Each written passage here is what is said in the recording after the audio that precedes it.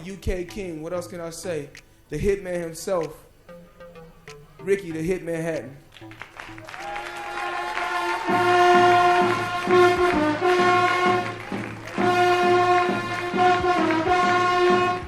What's poppin', y'all? It's your boy Lou26 back in the lab, and today, we're gonna remember a legend, a guy who was wildly influential to my boxing fandom and who I am as a boxing fan today. When I heard his passing, just like everybody else, I was shocked. A week later, I figured, hey, it's only right we produce a video remembering his legacy and, hey, giving him his flowers even though he's gone. If you don't know who I'm talking about the Hitman, Ricky Hatton. Yeah, for me, the first time I ever saw Hatton wasn't even in the ring. It was in Fight Night. I honestly thought he was a created fighter, a generic guy they threw into the game. But then my guy lost to him, got beat up actually, and I had to figure out who this dude was. A few months later, I pick up Ring Magazine and there's an article about him. How this British fighter could be a huge star crossing over into the US. But there were doubts. People said he got a gift decision recently against Luis Collazo, and that's when I started actually following him. I basically watched all his fights after that. Now the thing that stuck with me, Ricky Hatton was a fighter. My man brought the pressure, he really brought it to you, and he tried to break you down. Because of that, the UK fan base loved him, and as an American, that was my first introduction to the UK fan base. What I now consider the most passionate fan base in boxing. When he fought Floyd Mayweather, well, they rode out hard for him. From the lead up to the fight, they were just riding out, going to every press conference, and then fight night, shoot, from the early prelims to the main card, all the way up to the main event, the chants were so loud that, it was drowning out the announcers.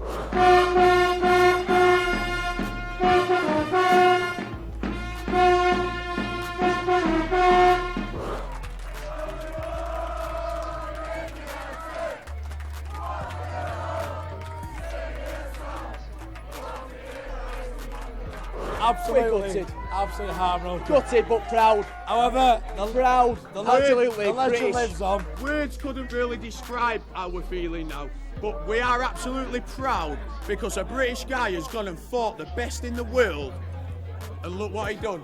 Win or lose, he got in the ring and he fought the best in the world. Hatton wasn't just a champion, he was real.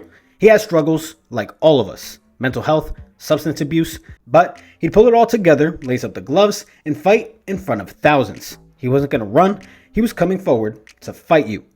His fights with Jose Luis Castillo, Paulie Malignaggi, Costa Tszyu, well, he fought like he lived up to the name Hitman. That night against Mayweather, well, that might have defined him for a lot of fans. Sure, he lost, but it showed the world the type of fighter he was. He didn't quit, he didn't hide, he went in there to fight the best. And even Mayweather had to show him respect. I mean, Ricky Hatton is one hell of a fighter. He's tough. I take my hat off to him. Nothing but the utmost respect. And I told you guys I was gonna give you guys a toe-to-toe battle. I was gonna fight a little bit in the inside, a little bit on the outside. And I had a ball tonight. What can I say? I was doing all right till I fucking slipped.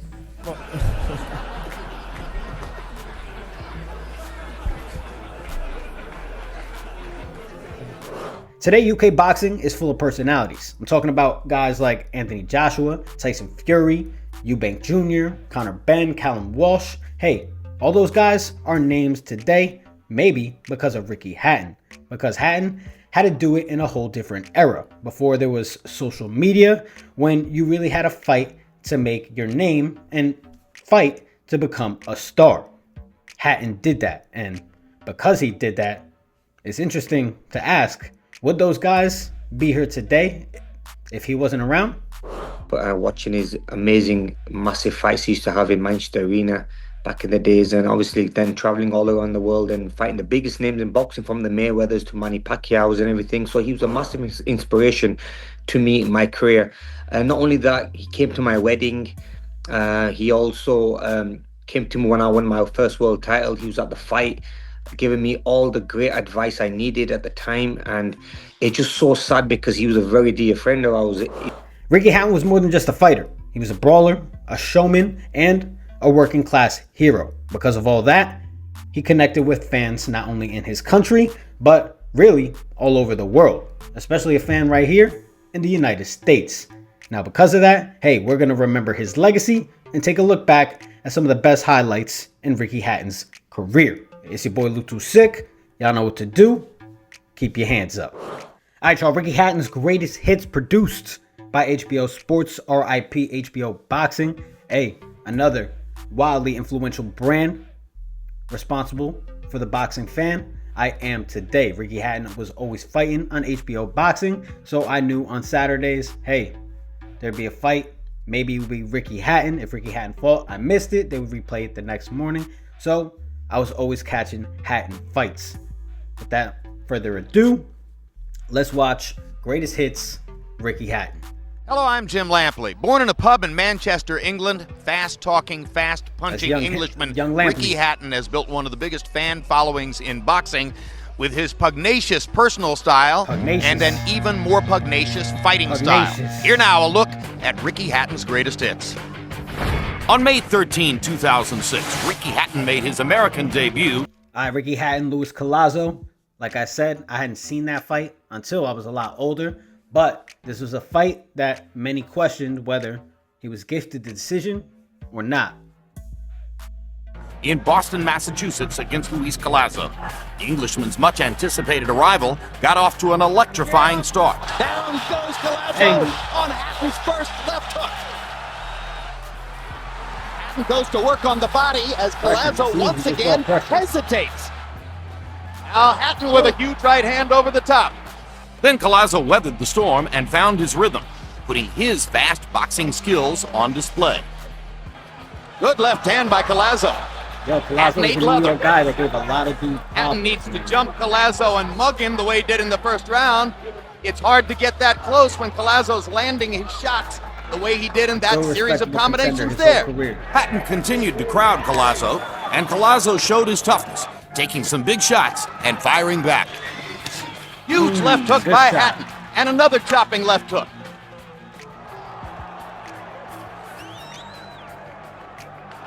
Big uppercut by Hatton. Big left hand by Collazo. Hatton momentarily seemed to be stunned by the left. This will be called a slip, and it gives Hatton some time to recover. What a rally by Collazo here! Lands the right hook and a big left hand. Suddenly sees his momentum in the ring. Hatton was hurt by that shot. He's badly hurt now. Ricky Hatton holding on. After 12 physically taxing rounds, Hatton came away with a razor-thin but unanimous decision victory. 8 months. Alright, so after those highlights, you can't really tell from highlights, but you tell me what you guys think. He was taking some shots there. Nevertheless, he was given the decision. Then, hey, fast forward, he's fighting Ricky Hatton. Juan Urango, dude from I think it was Nicaragua. My dude, he looked like a Hispanic Tyson. This was kind of a boring fight. I saw this live. Months later, Hatton and his adoring British fans arrived in Las Vegas. Waiting Hatton was the undefeated Juan Urango. From the opening bell, Hatton displayed superior hand speed. Hard right hand coming up and under by Ricky Hatton. Despite a number of clean shots from Urango, Hatton's superior boxing skills resulted in a convincing, unanimous decision victory. Urango was a guy, hey, he looked scarier than he really was. The dude fought a lot of big names, though. He fought Hatton, he fought Miguel Cotto, and he could just never win the big one. June 2007, Hatton returned to Las Vegas to take on Mexican Jose Luis Castillo. Right from the start, Hatton's plan of backing his opponent up was perfectly executed. It was Castillo who promised uppercuts. It's Hatton who lands 3 straight uppercuts to feature this particular exchange. Oh, there's a terrific left hook to the body by Ricky Hatton. And it sets up an uppercut upstairs and another right uppercut, pleasing the crowd with sharp action in round 3. A seemingly frustrated Castillo lost 1 point for repeated low blows, and it was clear that on this particular night, Castillo would be no match for Hatton. And now, if Harold Letterman's scorecard is in line with those of the official scores, Castillo's got an uphill fight in his hands. This is being ruled a knockdown, and he stays on the canvas, and this fight is over. All right, so this fight, I'm pretty sure, if I remember correctly, Jose Luis Castillo was calling for this fight probably like 6 months beforehand. Ricky Hatton had beaten Urango while Castillo was watching the fight we previously saw. And, this fight ended up getting made. So there was a little bad blood there. There was a little bit of a tension talk. Not really tension, but, hey, healthy competitiveness. But when they went into this fight, this is the signature Ricky Hatton fight for me. Pressure, taking it to you. Hey, my man was from the UK, but he had Mexican blood, I'm pretty sure. Because, hey, he was just taking the pressure to you. He fought on the inside, was slipping, fighting, finding his angles, breaking you down. Castillo couldn't take it. Body shots to round 4, basically. And then he folded. You saw it right there. He just walked away. Folded. The perfect left hook to deliver ends the fight. After his knockout victory, Hatton was asked the inevitable question about a potential matchup with Floyd Mayweather. Do you have anything to say to Floyd Mayweather or about a potential fight with Floyd Mayweather? This fight tonight, what round was it? Round 4. I think you saw more action in these 4 rounds than you saw value for money in Floyd's whole career. I'll just leave it at that. 6 months later, Hatton got his shot at Pretty Boy Floyd in a highly anticipated matchup of undefeated welterweights. All right, so before we watch the highlights of this fight, because I feel like we need a little primer, we got to mention Mayweather Hatton 24/7. Probably one of the most influential boxing documentaries I've ever seen. And this is where you really got to look at the life of Ricky Hatton, who Ricky Hatton was, the blue-collar guy that Ricky Hatton was, him, his team. You really got a sense of the feel, of the passion that the UK fans really put into Ricky Hatton. So, me as a young fan, I remember the night before this fight, I was watching on HBO. I watched every single one. I think it was like 6 of them. They were amazing. They were beautiful. All right? Got me hella excited. So, we go into fight night, and I really watched the whole card from fight 1 all the way to the main event. And the UK fans were riding out. Hey, at the time, I wasn't a big Mayweather fan. I thought the guy was cocky, so I was going for Hatton. I was hyped. That said, let's watch. True to his style, Hatton was hyperactive from the beginning and had Mayweather on the defensive. Dang, you see? Floyd adjusted to Hatton's brawling tactics and began to land his right hand with pinpoint accuracy. Hard right hand by Mayweather. And there's a cut over Ricky Hatton's right eye. Big cut. It was from the right hand shot. Bothered by the cut and frustrated by his inability to hurt Mayweather, Hatton grew desperate and opened himself up to serious punishment. Great right hand seemed momentarily to stun Hatton. Good quick left hook by Mayweather as Hatton came in. Sometimes it's the right hand, sometimes it's the left hook. Huge round for Mayweather here in the 8th. Mayweather believes he's got Hatton in big trouble. Hatton continued to come forward, but in round 10, Mayweather took advantage of that to close the show. What a left Wild hook. knockout. What a perfect His shot. neck went right into the corner. Look. This fight is over. Floyd Mayweather has a knockout victory over Ricky Hatton. And yeah, Hatton might have lost that night, but his stock was up. A bunch of fans had just been newly introduced to him, a bunch of casual fans, and hey, the guy would remain a money man for the rest of his career. November 2008. Hatton looked to get back on. Alright, so Hatton Malignaggi. Malignaggi was talking a lot. We remember Malignaggi back in the day, Paulie Malignaggi. If y'all don't know who I'm talking about, he's the guy who sparred Conor McGregor before Conor McGregor fought Mayweather. There is speculation as to who won that sparring match, but back in the day, Paulie Malignaggi was a cocky dude. He had a lot to say before fighting Ricky Hatton. This is another signature Ricky Hatton win. Track against Paulie Malignaggi. The tone was set in round 2 as Hatton consistently beat Malignaggi to the punch. Good right hand. There's a bloody mouse under the left eye of Malignaggi, and Malignaggi was badly hurt. Though Malignaggi landed some clean jabs, it was clear he couldn't hurt Hatton.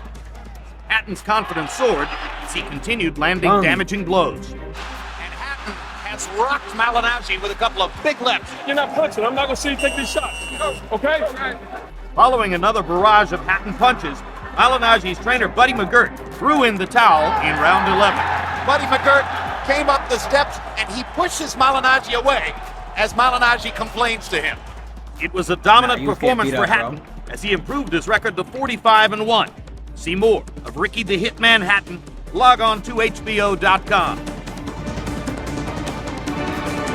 And of course, the highlights are leaving out, I think, two of Hatton's biggest fights. I mean, of course, we can't talk about Hatton's career without the Pacquiao fight in which he got just steamrolled.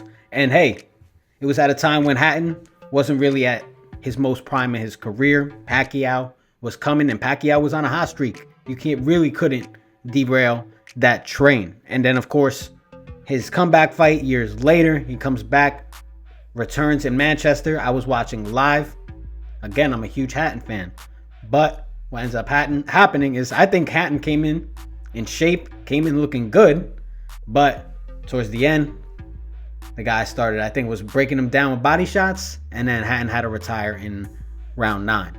So, hey, still though, his career is one of determination. You know, he was a guy that I liked because once he got out of fight camp, my man would get out of shape. And yo, to be honest, as a pudgy dude myself, that was hella relatable.